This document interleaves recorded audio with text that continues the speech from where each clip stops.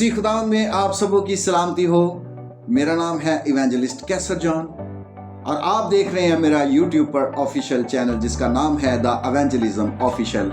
जैसा कि आप जानते हैं कि मैं लेकर आता हूँ कलाम खुदा में से आपके लिए मालूमाती वीडियोस जिसमें हम जानने की कोशिश करते हैं खुदावंद के कलाम के मुताबिक खुदा की कुदरत और खुदा के मोजज़ात और बहुत से ऐसे मौज़ूहात हैं जिस पर मैं वीडियो बनाता हूं ताकि इस वीडियो के ज़रिया से मैं और आप खुदावंद के कलाम के वसीला से बरकत हासिल करें और हम खुदावंद के शुक्रगुजार हैं इस चीज़ के लिए कि खुदावंद ने हमें सोशल मीडिया के साथ एक दूसरे के साथ जोड़ा है। और मैं आपसे दरख्वास्त करूंगा कि मेरे चैनल को सब्सक्राइब कीजिए और हर एक नई वीडियो आपको वक्त पर मौसूल होती रहे।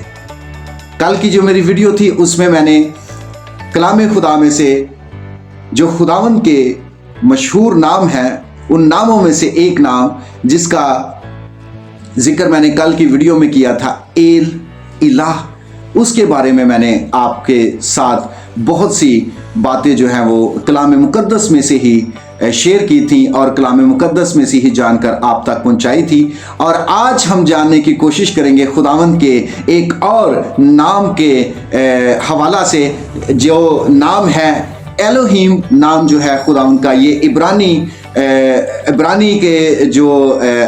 की जो बाइबल है उसमें भी इस नाम का जिक्र है। एलोहीम इब्रानी जो ज़ुबान है उसका लफ्ज़ है और उर्दू में इसके मायने जो है वो खालिक हैं, कुदरत वाला और ताकतवर खुदा है। तो वक्त को ज़ाया किए बगैर आप मेरे साथ निकालिए कलाम मुकद्दस में से पैदाइश की किताब और उसके 7वें बाब और उसकी 7वीं आयत से हम इसको सीखने की कोशिश करेंगे। और चूँकि खुदावंद के हर एक नाम में एक अलग कुदरत है, हर एक नाम का एक अलग उसके मायने हैं और खुदा के जितने भी नाम हैं वो नाम खुदावंद ने अपने काम के जो खुदा ने काम किए हैं उस कामों के ज़रिया से खुदा के नाम की जो सिफ़ात हैं वो हमें नज़र आती हैं और हम सीखते हैं। जैसा कि जब बनी इस्राएल कौम को खुदावंद ने मुल्क मिस्र से, गुलामी के मुल्क से निकालना था तो खुदा ने अपने बंदा मूसा को कहा कि फ़िरौन के पास जाओ और उसको बताओ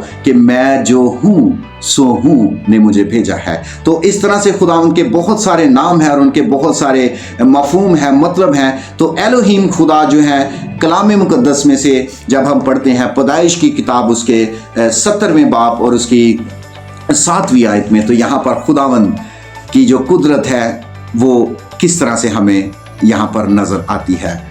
और मैं अपने और तेरे दरमियान और तेरे बाद तेरी नस्ल के दरमियान उन सब की पुश्तों के लिए अपना अहद जो अब्दी अहद होगा बांधूंगा ताकि मैं तेरा और तेरे बाद तेरी नस्ल का खुदा रहूं। तो यहाँ पर हमें खुदा की कुदरत जो है वो वाज़िया तौर पर नज़र आती है कि खुदा अबद से आखिर तक हमेशा खुदा हमारे साथ है और वो हमेशा हमारे साथ रहेगा। तो ये खुदा की एक कुदरत है। इसके साथ मैं आपसे दरख्वास्त करूंगा कि ये आगे बढ़ते हुए तो आप मेरे साथ निकालिए यिर्मयाह की किताब उसका 31वां बाब और उसकी 33वीं आयत। यहाँ पर हम खुदावंद के नाम की जो सिफत है उसको और ज़्यादा जानने की कोशिश करेंगे। और यहाँ पर यूँ लिखा है, रब अल्फाज इसराइल का खुदा यूँ फरमाता है कि जब मैं उनके असीरों को वापस लाऊंगा तो वो यहूदा के मुल्क और उसके शहरों में फिर यूं कहेंगे, ऐ सदाकत के मस्कन, आए कोहे मुकद्दस खुदावंद तुझे बरकत बख्शे। रब्बुल फाज खुदावंद का जो नाम है ये खुदावंद की ताकत को, उसके ज़ोर को जाहिर करता है। तो जैसा आपने इसमें हमने पढ़ा है तो खुदावंद के नाम जो है उनकी सिफ़ात हमें वाज़िया तौर पर ज़ाहिर होती है और इन हवाला जात के ज़रिया से। तो आगे जब हम बढ़ेंगे तो हम सीखेंगे कि एलोहीम जो लफ्ज़ है इलाह का जमाए हिज़ा है, यानी कि इसका रिश्ता, इसका ताल्लुक़ और इसकी निस्बत जो है वो इलाह से है, जो तसलीस के अकीदे की तस्दीक करता है, खुदा की कुदरत की आला फितरत बाइबल की पहली आयत से वाजिया होती है जब वो एलोहीम अपने कलाम के वसीला से दुनिया को तख्लीक करता है। तो मेरे साथ आप निकालिए पैदाइश की किताब उसका पहला बाब और उसकी पहली आयत। उसमें जब हम पढ़ते हैं तो यहाँ पर खुदावंद एलोहीम खुदा जो है वो हमें वाजिया तौर पर यहाँ पर उनकी जो कुदरत है, जलाल है, वो हमें यहाँ पर नजर आता है। खुदा ने इब्तदा में ज़मीन और आसमान को पैदा किया और ज़मीन वीरान और सुनसान थी और गहराओं के ऊपर अंधेरा था और खुदा की रूह पानी की सतह पर जुम्बश करती थी। तो एलोहीम खुदा जो है वो खुदांदों का खुदा है और इस बात की तस्दीक जो है वो हमें मिलती है और कलाम मुकद्दस में से ही पैदाइश की किताब उसके दूसरे बाब और उसकी चौथी आयत में जब हम ये पढ़ते हैं तो यहाँ पर हमें और एक चीज़ जो है वो सीखने को मिलती है। और जो एलोहीम खुदा की निस्बत जो है वो यहोवा नाम से भी है, जिसको हम उर्दू में यहोवा कहते हैं, लेकिन ये अगर हम इसको इब्रानी में जब पढ़ेंगे तो ये सिर्फ वहाँ पे जो इब्रानी के जो लफ्ज़ हैं उनमें ये हमें सिर्फ वहाँ पर मिलेगा यौद है वाव है। और जब इंग्लिश में हम इसको देखते हैं तो यहाँ पे हमें इसका जो है YHWH मिलता है। तो ये मतलब जो है कि जो इसकी निस्बत है वो एलोहीम खुदा के नाम से ही है।